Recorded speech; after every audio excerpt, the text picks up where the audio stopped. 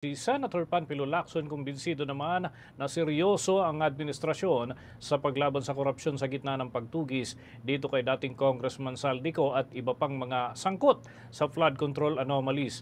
Hindi rin daw matutugunan ang issue ng flood control projects pagka ito ay sinalungat pa itong mga proseso ng batas na kailangan namang masunod. Pero may mga agam-agam ang ilan hong miyembro ng Senado. Ating alamin ang iba pang mga update mula dyan kay Bombo J.C. Galvez. Naniniwala si Senate President Pro Tempore Ping Lacson na seryoso ang administrasyon sa paghabol sa mga sangkot sa katiwalian, partikular sa irregularidad sa mga flood control projects. Patunay umano rito ang paghahanap kay dating Ako Bicol Party List Representative Elizalde at sa iba pang akusado kaugnay ng mga maanumalyang proyekto. Tinukoy nito ang warrant of arrest na inilabas ng Sandigan Bayan laban kay Ko at sa mga kasama nito matapos ang kasong inihain ng Office of the Ombudsman na nakabatay sa investigasyon ng Department of Justice at ng Independent Commission for Infrastructure.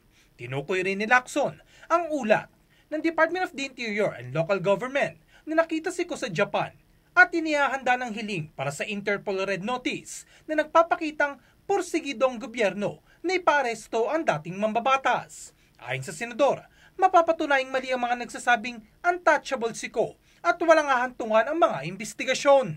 Samantala, binigyan din naman ni Senador Bongo na ang mga hindi natutugon ng issue sa mga flood control projects ay hindi lamang nakapipinsala sa mga vulnerable communities, kundi nakapagpapabagal din ng paglago ng ekonomiya at nakakahadlang sa pangkalatang pag-unlad ng bansa. Kita nyo ngayon, ang nangyayari ngayon, bagsak yung ekonomiya, yung investors' confidence ay talagang sumasadsad. Takot takot yung... So ibig sabihin, parang nagkakaroon po ng restless yung mga kababayan natin. Ang importante dito, paano tayo makabalik sa normal na pamumuhay tulad noon.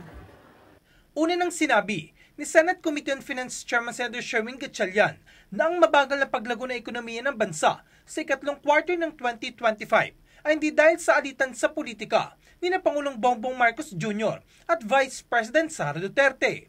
Kabilang anya sa mga dahilan ng pagbagal na ekonomiya ang mga kamakailang bagyo na sinundan pa ng malalaking lindol na tumama sa bansa, pati na rin ang mga issue sa konstruksyon dulot ng flood control scandal. Para sa Bombo Network News, ako si Bombo J.C. Galvez and this is Bombo Radio Philippines, the #1 and most trusted source of news and information.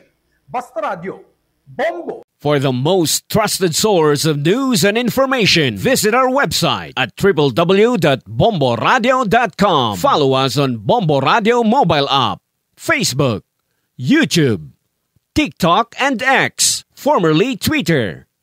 Like, share, and stay connected. Anytime, anywhere.